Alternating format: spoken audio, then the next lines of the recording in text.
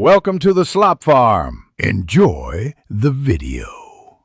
In this video, I will show you how to connect prototypes in Figma. Prototyping is a powerful feature that transforms your static designs into interactive experiences, allowing you to simulate user flows and test interactions. It's essential for understanding how users will navigate your product. We'll cover the simple steps to link your design frames, add engaging animations, and refine the overall user journey. This guide will help you bring your designs to life with dynamic and responsive elements, making your prototypes feel incredibly real. To start connecting your designs, first navigate to the Prototype tab located in the right-hand sidebar of your Figma interface. This is your command center for all things interactive. Next, simply select the object you wish to make interactive, and a small circular handle will appear. Drag this handle from your selected object directly to the frame you want it to link to.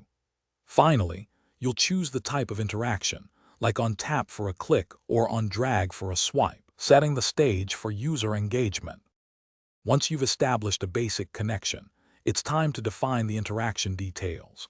You'll choose the specific action that occurs, perhaps navigating to a new frame or opening an overlay. Then, select a transition animation to make the experience smooth and engaging. Figma offers options like Smart Animate for intelligent transitions or Dissolve for a subtle fade. You can also fine-tune the animation's duration, often setting it to around 300 milliseconds, and choose an easing curve for a more natural feel. After connecting your frames and defining interactions, the next crucial step is to test your prototype. Simply click the Present button, usually found in the top right corner, to launch your interactive design in presentation mode. Here, you can click, drag, and interact with your prototype just as a user would. Thoroughly test every connection and animation to ensure everything functions as intended.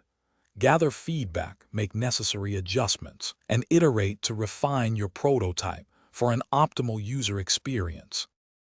Thanks for watching. Consider subscribing if we helped you today.